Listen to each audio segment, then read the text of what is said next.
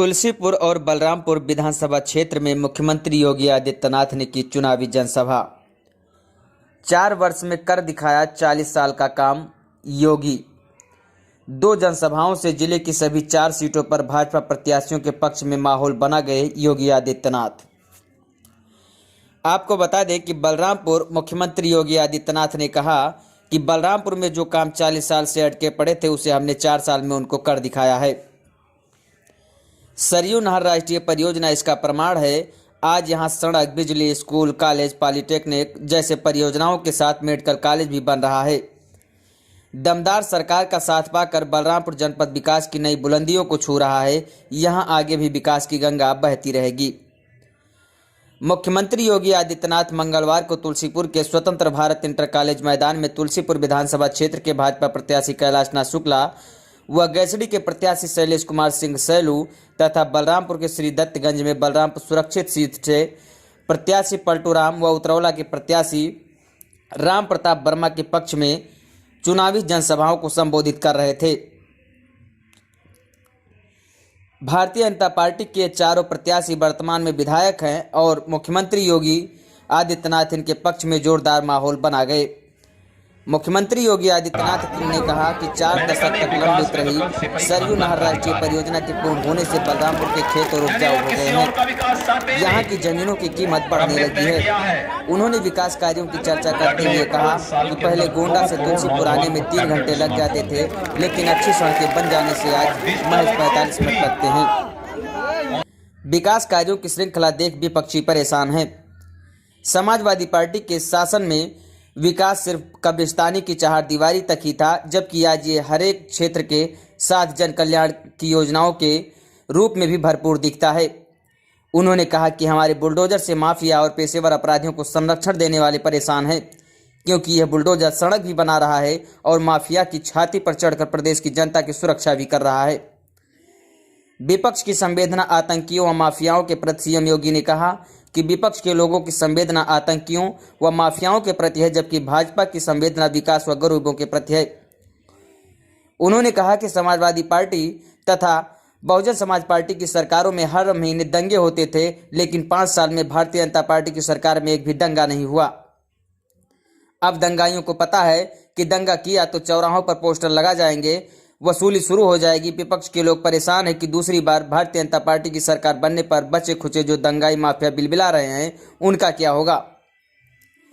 उन्होंने कहा कि पहले विकास का पैसा समाजवादी पार्टी व बसपा के लोग हड़प जाते थे, लेकिन अब यह जनता के हित में पारदर्शी तरीके से खर्च होता है। यही रोक कर भागने वालों की गर्मी शांत करेंगे। मुख्यमंत्री योगी आदित्यनाथ ने कहा कि चुनाव परिणाम का रुझान देखकर विपक्ष के नेता 10 मार्च के बाद इंग्लैंड, ऑस्ट्रेलिया भागने की तैयारी कर रहे हैं। जो वहां नहीं जा पाएंगे वो भारत नेपाल भागने की फिराक में है। हमने भी नेपाल बॉर्डर पर पेट्रोलिंग बढ़ा दी है। भागने वालों की गर्मी यही रोक कर शांत करेंगे।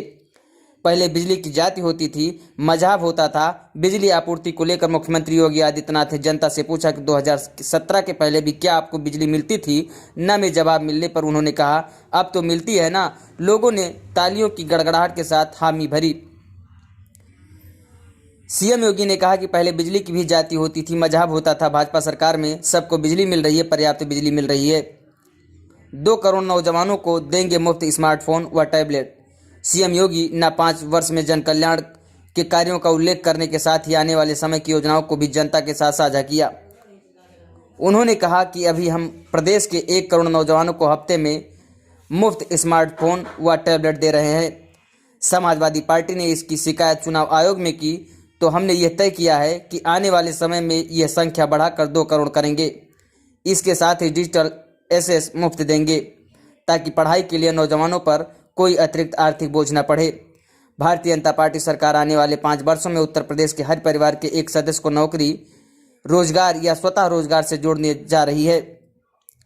उन्होंने कहा कि सरकार 60 वर्ष से अधिक उम्र की महिलाओं को परिवहन निगम की बसों में मुफ्त यात्रा की सुविधा दी जाएगी।